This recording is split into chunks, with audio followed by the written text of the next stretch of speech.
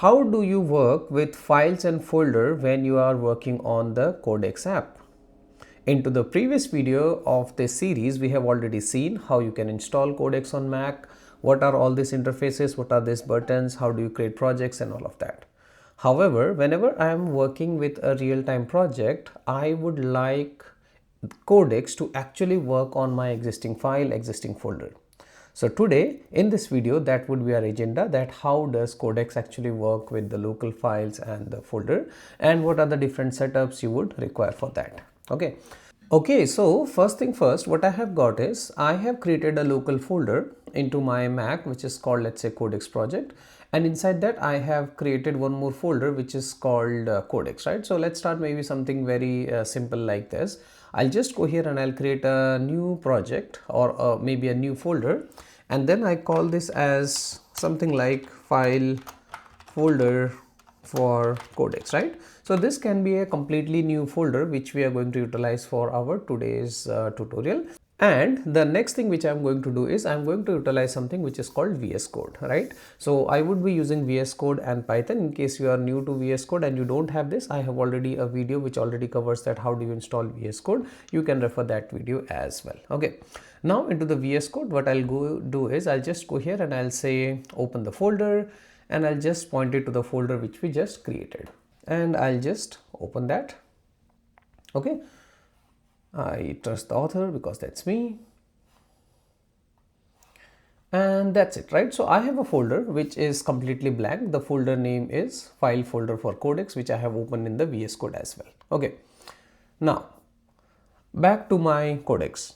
Into my Codex, you have here onto the left side, you have something which is called the projects, and now Codex is asking me where do you actually want to work. Okay, when you click on this small plus button here, you have two options. You can add a new project or you can start from scratch, right? So today I have already created a folder, so I'm going to use something which is called use an existing folder.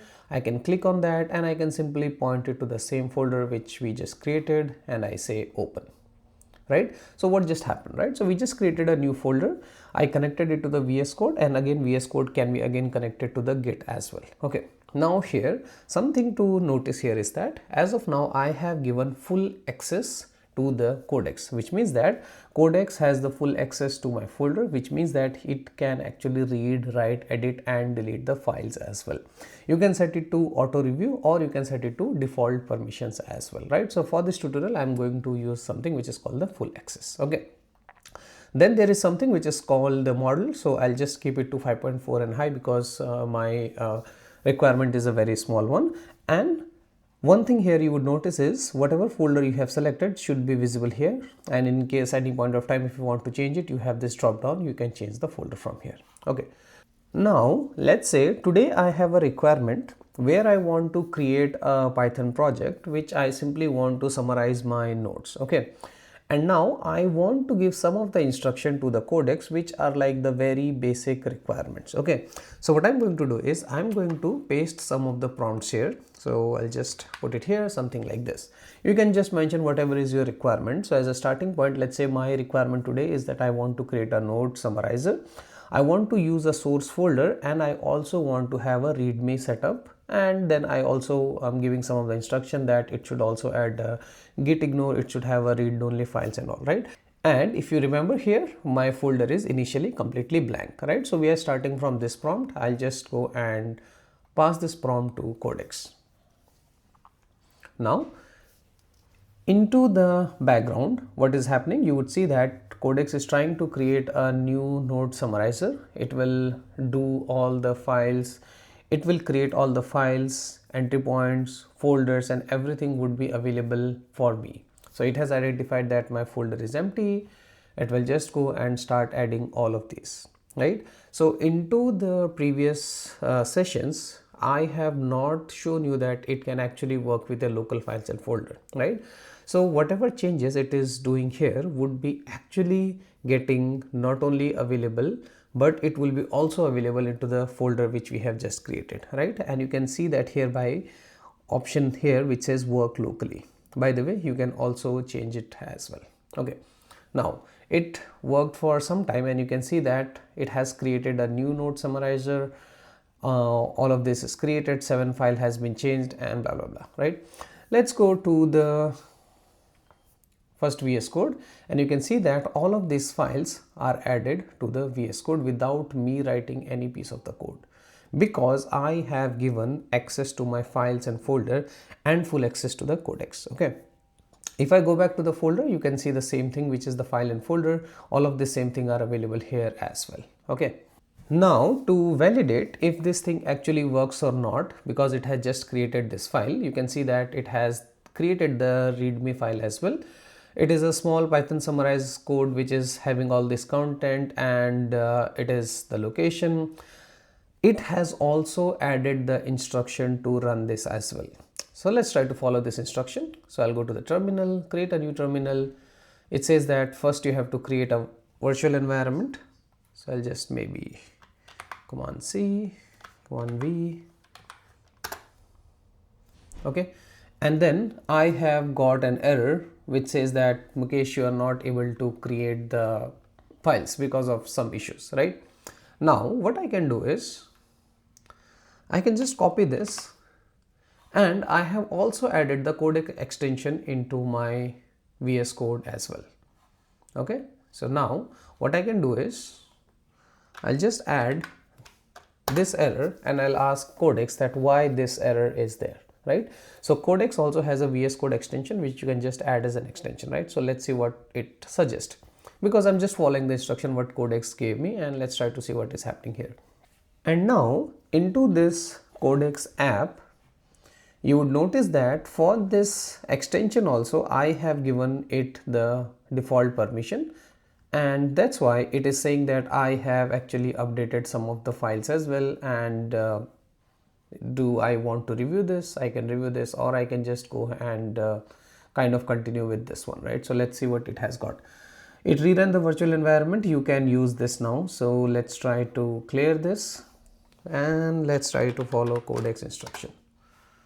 So you can just copy it from here to a Command V, and that works, right? And then there we go, right? So without me writing much of the instruction, it is actually able to perform all of this task. Okay, now into the readme.txt, this was there, we got this, and then maybe run the tool. Let's try to run this. Hopefully that should work. If not, then we can again ask Codex, right? So you can see that I have just added sample nodes.txt. So Codex actually has created some samples for me. That's what we told. So if I just open sample node.txt, this was some of the sample nodes which were given, and Codex was able to get it back to me, right? So in case I will if I have some of the actual task which it has to do, I can actually write it and it should do the task for me. So the whole idea of doing this activity was that I started with a blank project, I connected it to the Codex, and now actually it can perform any of the tasks on this. How cool is that? Okay. The other good part about the Codex app is it can actually work on the concept of threads. Remember, into the last video I was talking about the threads. So what exactly is a thread, right? So into this file and folder, I have already created this folder. And by the way, if you have realized something, this same what I have asked into the VS Code extension of Codex is also available into this same folder. Isn't this good, right? Now I told about something which is called, let's say, thread. So you can give multiple tasks at once to Codex, like this. While it is fixing this error, you can actually could have asked and add it to a new functionality as well. To add a new thread, you just go to the file and folder, and then you have something which is called start a new chat, and that will create a thread for you. Okay, now I just am pasting one more prompt here, and I'm just asking it to implement a summarization features, right? Where you have just parsed the input and the output section. It should have the key decision, simple extraction, add some unit test cases, and update the readme files as well. Okay, now this is a new thread into the same project. Now, while this thing is working, you can actually go to the other files other folders, and you can ask a question, right? Something like this: why was this error? Right? Let's say I want to understand more about the error which we have encountered. You can ask it. And this here, this loading kind of a symbol that indicates that both of these chats are working. Whenever that is done, you would actually see that it has completed into this, right? So why this was the error? The error happened because the was interrupted before it finished, and then this has given you all these things, right? So basically the whole idea here is that you can actually work with threads. Okay, so this task is also completed, and now it can see, and now I can see that it has implemented some of the rule based summarization. It has added some of the PyTest and all these utilities, and these are the files which has been updated. Okay, into my VS Code, all the instruction whichever I have given are now available, including the test as well, right? So it has also added the test cases for me as well. Also the readme and the requirement.txt is also updated. How cool is that, right? So I do not have to do much of the things. I just use the Codex app and it is able to do all the things for me. Okay, and now to test it again, I can just do this, and you can see that now it is showing me the key decision and the action item as per the task which we have given. Okay, now some of the other thing which you should know about Codex is that once you have given the full access, you can actually click on these modified files, and you have something which is called a summary, and then you can click on this and you can actually see what exactly is the file directly without going to the VS Code. So for example, if I want to see what was updated into, let's say, summarizer main.py file, so these files were added, and the green ones were added and the red one was deleted, right? So you can directly view the things here, and if you want to directly see them in the editor, you have this button here which says open in editor, and it will open directly the file in the editor as well, right?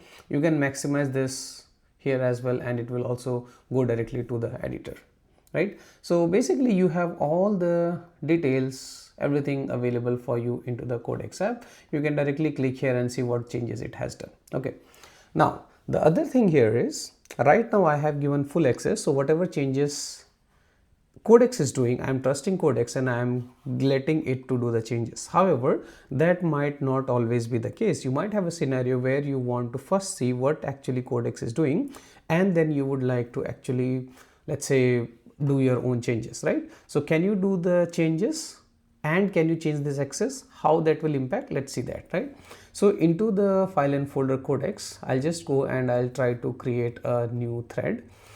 Now this time, instead of giving it full access, I'll say it Codex automatically run the commands into the sandbox. This one, Codex automatically run the command in the sandbox, uses a auto review for elevated request. But let me just select the default permissions, and now I'll just pass let's say a prompt again where I'm saying refactor to keep the business logic separate from the CLI, and I want to just separate the business and the system logic and add the basic error handling, exception handling I'm trying to add, and let's try to send this.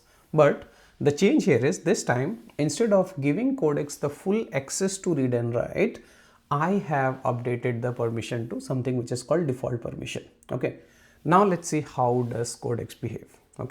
Okay, so now this task is also completed, and this time it has done with something which is called the default permission. Okay, now Codex has two kind of permission, as we have seen. One is the default one and the other one was the full access. Okay, in the default permission, Codex is sandbox and constrained into the safer boundaries. It is typically limited to the working inside your project or the workspace. Depending on the mode, it will ask for approval whenever it has some of the action that can change my system or run commands which are not approved. However, into the full access, Codex have very few restrictions and it can bypass sandbox, and it needs a fewer approval. Now, if I have to explain it in a very simple way, default permission means that Codex works inside a sandbox. Stay closer to your project, which in this case was file and folder Codex, and ask us before doing any risky action. So in this task, there was no risky action, so it executed all of that. Full access means that Codex can act more freely without a fewer guide rails, so it is faster but a little risky. Okay, so when you should use what? Use the default permission in most of the cases because it reinforces a safer environment. You can actually review the differences, and in case you find something which is not as per your project, as per your guardrails defined, you can actually approve or reject the request. Okay, switch to full access only if it is a short segment and you actually know what it has to be done, and then you can actually switch back to the default permissions, right? Depending on your project requirement, you would actually go and change this, right? Now, some of the other things which I want to quickly show you, if you would have not noticed here, that you have the terminal option here as well, where you can actually go and run the things directly from here as well.